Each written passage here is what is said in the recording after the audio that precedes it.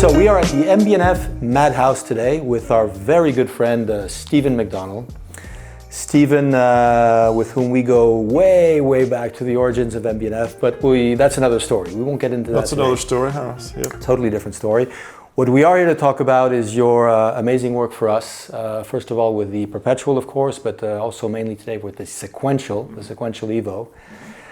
We launched the Sequential Evo, which I have on my wrist today and which I absolutely love, about 2 years ago, almost exactly 2 years ago, in fact. We love this piece. I love this piece. Apparently I'm not alone because it went on to win that same year the Aiguille d'Or at the GPHD, the Grand Prix d'Horlogerie de Genève. But in your mind, in fact, the Sequential was not absolutely completed at the time. Tell me why. What was going on in your mind? Well, I think it was really important that the idea of a flyback was something that that's a very historical element in the sort of history of complications with chronographs. So right from the start, I really felt that it should be. I would love to at least have a try at integrating that into this project to see if that could be, really say, to add even more functionality to create like a chronograph which can do almost anything. Everything. Wow. So it was all right from the start. It was always an idea and something I wanted to do. But it's interesting that it's actually as you say, 2 years later, finally we see, or the world sees the version of the Sequential with the chronograph, with the flyback. Yeah. And by the way, there was also a second part of what you had in mind. I think there was, yes, the technical part, the inclusion of the flyback, but also from an aesthetical point of view, you had something else in mind. Yeah, well, I think the idea of the classic watch is, personally, I find it very appealing. It brings. I think it's interesting the sort of the contrast between the Evo and the classic version, and I think both bring something really individual and special to the table. Obviously, the Evo was focused on the performance with the case and the water tightness and all the rest. Yeah. But personally, what really appeals to me about the classic is the dials, the way the dials are laid out. Also, you've got things like around the edges of the dials. If you look closely, you always get these little metal borders, and they're polished. It's the same way. It's the same thing that you have whenever you get polished bevels in a watch. The actual bevel may be very small, very narrow, almost hard to see with the naked eye. But what you do see is the way the light reflects off it. So you get this amazing bounce of light into your eyes, and that's exactly what you get from the little edges on the dials. You see. And I love those sort of details and the fact that those dials can be redone in, it can be a white gold, it can be rhodium, it can be red gold, whatever, So I love those details. I think that really enhances and brings out the beauty of the watch. Also the fact that in this one you've got 5 individual dials. Yes. So the great thing about the Evo was because of the way the Evo is laid out and you've got those dials which are black, in that situation it was possible to have a single dial, which is the 2 seconds and the hours and minutes. That's a single dial, and they're all the hands are integrated. Yeah, with these, it's kind of old style dials, which are like enamel dials. It's not possible to have them integrated like that. The dials have to be individual elements. So the only way, if we were to do it, that the hours and minutes is flat, the hours and minutes would completely overlap the 2 seconds dials, which is useless. So in this case, the way to solve the problem is to set the hour and minute dial at an angle of 36 degrees. And then that allows visibility, everything can be seen, and you have the aesthetic benefits that the approach brings. So for me, I think it's a great package, and for me personally, that's really what does it for me. This is how you had sort of envisioned it when you started working. Well, it's interesting actually, because when I originally designed the watch and I worked on the development initially, I had originally designed the whole watch as a classic version. It was once that was completed that then we were discussing with MB&F, and the idea to do an Evo version came out. And although that's the one which everybody saw first, in fact the one I designed first was the classic version, and I then transformed the classic into the Evo version for the watch which you're wearing on your wrist. Yeah, it's true that at the time we had released the first Evo pieces, which were on the Perpetual, and to us a chronograph made sense to put in the sporty or Evo case. Absolutely, yeah. I mean, me personally, I'm in the water a lot. I love the fact that the Evo cases are water resistant to 80 meters, so that's a big advantage. But yeah, I get it. I get the classic styling on this. I have to say it may be a difficult choice now. But the tilted hour and minute dial is also very cool. So yeah, and I love to me the tilted dial brings something really cool, and I love that it's all driven with a conical gear system, you know, so it's like bevel gears, and I that's from a technical stance that really interests me. I really enjoyed design. I designed a special gear tooth to drive that thing with very little play, and that sort of stuff really interests me a lot. Yeah. Understood. Going back to the technical side, the inclusion of the flyback. I mean, one of the amazing things with the sequential, as we know it from 2 years ago, the sequential Evo, was the multitude of timing zones, of timing options. Meaning, you know, yes, you could use both chronographs totally independently for two totally different things. You could use them, as a lap timer with the famous twin inverter. You could use them to accumulate times as a cumulative or sort of chess match timer. That's right, yeah. Also as a sort of super split second chronograph with the advantages of having two different displays. So that was already pretty amazing per se. But why this wish to include also the flyback? I mean, was that from a functional point of view, just from a watchmaking point of view? Why did you want to include the flyback? Well, there's several elements. For sure, for me as the point of view of a watchmaker and designer, there's certainly the technical challenge. It interests me. It's as simple as that. I wanted to see it's there, so you want to try and do it. But the other thing is, of course, to bring even more functionality to the watch itself. So yes, the sequential does all the things you mentioned, but with the addition of the flyback allows us now to do things like, for example, if you're at the track and you're going to time those 5 sequential laps, which we've discussed many times before. Yeah. The advantage now is that you can say use chronograph B as it runs constantly and it times the total time for all 5 laps, and then you're timing the individual laps using the flyback and chronograph A. Yeah. So that's something which is an extra level of functionality for the watch.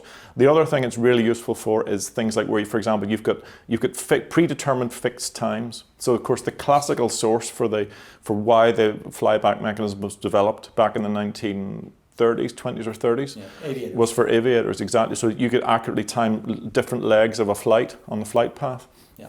So it's really, so in that case, you already know I need to fly in this direction for exactly 4 minutes, 26 seconds, whatever. So you have a predetermined time and you're effectively counting down. So you'll have your watch running, and whenever you reach that time, you hit the flyback and then you begin the next leg. It's also really useful. So for example, people in the gym, if you're on a running machine and you want to do 5.5 minutes intense exercise, and then you want to do 30 seconds walking. Yeah. So you can, at the end of the 5.5 minutes, you can hit the flyback, go to walk instantaneously. You're then walking. There's no pause between the two, while the second chronograph is counting the total amount of time that you're exercising. So good news. If you're not an aviator back in the 1930s, this is actually very practical for contemporary use. That's good. Definitely. Anything, particularly things which are you have a predetermined amount of time, and you're, if you like, counting down to that time. Yeah, exactly. Just as a reminder, in case some of the people listening to this little chat may not know 100%. So what the flyback is actually doing is contrary to the classic chronograph, where you would need to stop a chronograph, then reset it with the reset to 0 and start it again. Here we're doing it all in one go. Yeah, the classic chronograph actually works in such a way that whenever the chronograph's running, part of what it does is it blocks the return to 0 pusher. You can't press it, it's not possible.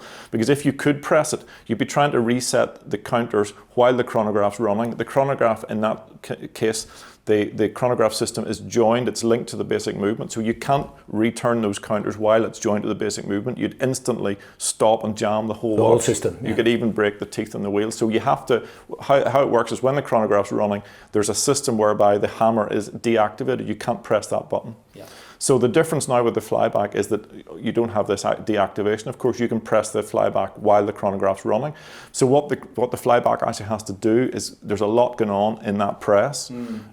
Because the chronograph's obviously running. So as you press the button, the first thing that happens as you press the button is that the flyback system deactivates the chronograph. It severs the link between the base movement, which is running all the time, and the chronograph, which runs when you want it to.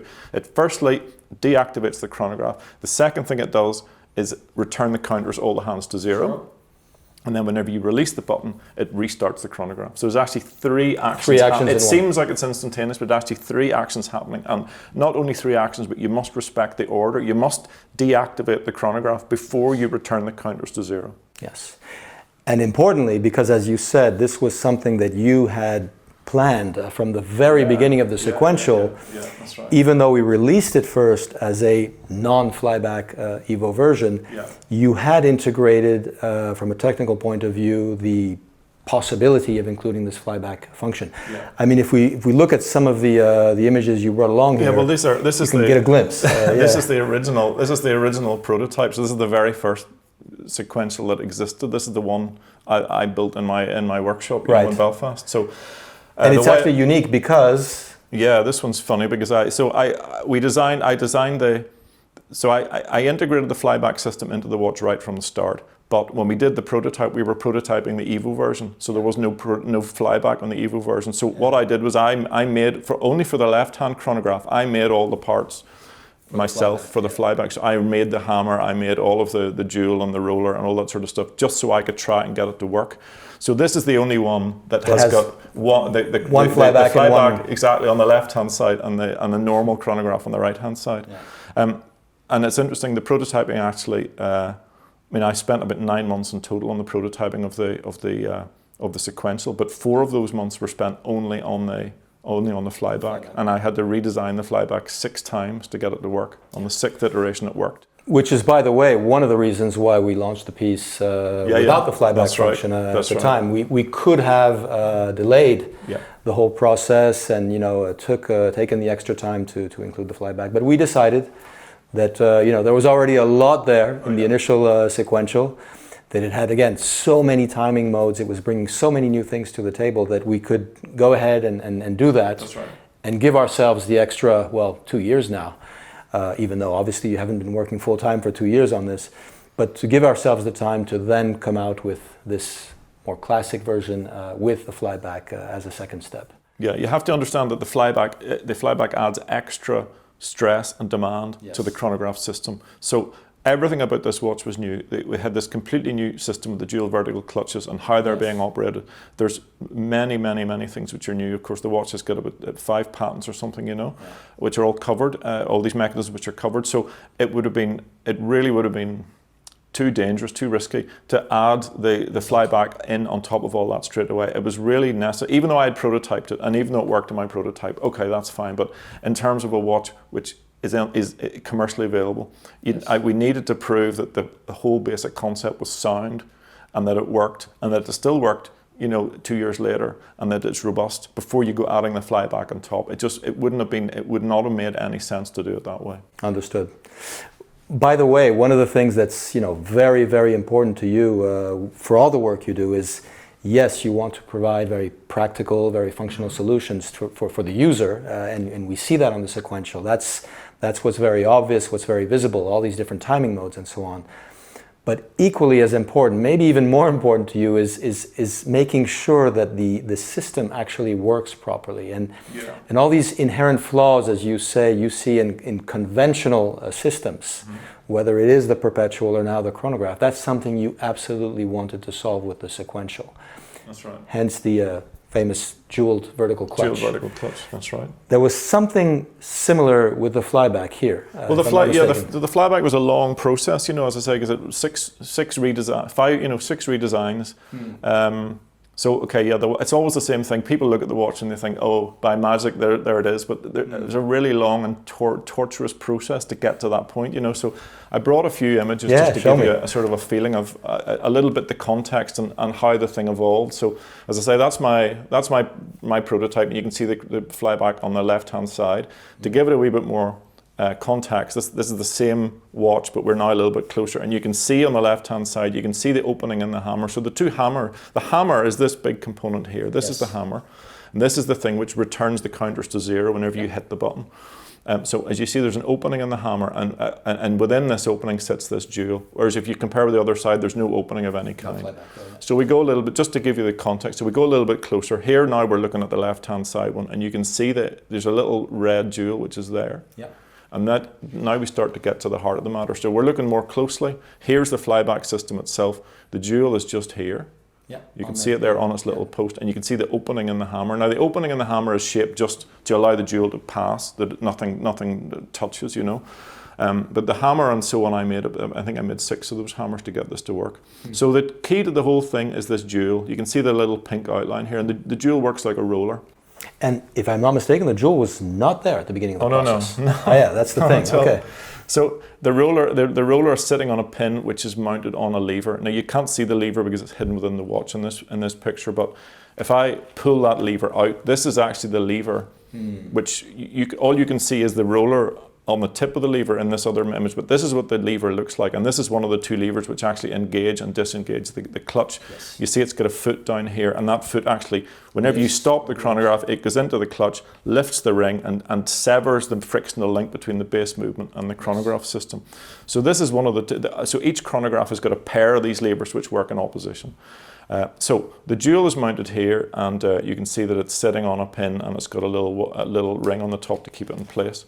Here's the same lever from a different view. You can see everything that's happening there. But interestingly, as you say exactly, the original version of this lever looked like this. So when I built version 1, actually versions 1 and 2 of the flyback system, as you can see, there's a pin, but there's no roller at all. Initially, I thought the pin would work, you see, because what the pin is doing, the pin is deflecting, that be it a pin, be it a roller, it's deflecting the levers, yes, which allow the chronograph to function. Because remember, the first thing that happens when you press the flyback button is you disengage the chronograph. So this is the pin which is actually doing the disengaging. So that goes in and it rubs against metal. So metal against metal. The original pin was metal against metal, and it created so much friction that it deactivated the chronograph. That was fine, but then when you release the button, there was so much friction that the hammer was not able to come back out again. So the chronograph would not start again? The chronograph, it was blocked. So I tried several versions with the pin, and that got me nowhere at all. But it's interesting. So that's the actual lever. The photograph's not great, but that's the actual lever, and you can see the pin sticking up, and then I've got another. Yeah, so that's it from a different view. You can see the pin very clearly. Yes. And there's the lever. That's the actual lever, which I have in my graveyard box. So that's the actual lever and the pin. And I tried different settings for the pin, different diameters, but it just didn't work. It didn't work at all. Really, yeah. Then I had the idea of the roller. So so just to get the context again, we're here. Yeah. Now what you can see is the opening, and the opening is to allow the roller to move around. So if we if we understand what the roller's doing, it works just like a wheel in a car or a bearing. It's rolling against the surface, so instead of you having this metal to metal sliding contact, you now have like a very smooth rolling contact. So it vastly reduces the friction. In that sense, it works a little bit similar to what we have inside the jeweled clutch. Yes. And obviously it's the jeweling in the clutch which is the key to the whole success of how the thing works. That's how it's due to the jeweling that you have the very same amplitude, whether you've got 0, 1 or 2 clutch chronographs running, because the friction created by the jeweling is so negligible that it has no real effect. Here again, I was able to solve this problem by integrating a jeweled solution, and that once I did that, it worked. It worked. You know, it worked. It was still difficult to get the positioning of the jewel and so on was still problematic, and I had to rejig it a couple of times. So you can actually see, just to give you an idea, so the hammer, as I say, the hammer is the component which does the resetting to 0. Yep. So the one on the left that's the Evo one. The existing one, that's the one in this piece. The existing Evo yep. one, exactly. Whereas the difference is, if you look at the one on the right, this is my prototype final version of the hammer for the flyback, and you can see the opening window for where the jewel's moving around. Okay, but whenever that was kind of completed, we decided that, you know, different. I had to sort of. These are some of the different ways that I tried the hammer. It's funny. So this is the very original Evo one, and I filed a notch in it and stuff here. Mm-hmm. See that, to try to get, because I knew the jewel had to be. I knew I had to put the jewel, but there wasn't room for the jewel on the side of the hammer. So I was trying to create space. But as you can see, the hammer was getting thinner and thinner, and it just wouldn't work there. It wasn't possible to get the jewel to be there and do what I needed it to do. There was no space to actually have the hammer with any strength in it, you see. So you had to move it So inside, I completely reconfigured it over to the other side, and that meant opening a window in the middle of the hammer. So these are different. These are various versions of the hammer. The window is in a different place on this view than it is in this view. The window is actually moving to the side. Yeah. So I was trying these different configurations to finally get something which would work. These are 3 of the hammers, again, which are from my graveyard box. And you see, I've still left the heat treatment marks on this one. I haven't even bothered cleaning it up. But this is how the hammer design evolved. Well, the nice thing about that is that we can actually see. There is a small difference versus the Sequential Evo now. You can see the opening there in the hammer there. So that's because nice. the hammer has to have this opening for the jewel. So then we decided, okay, well, we're going to make a feature of the opening and effectively skeletonize the hammer.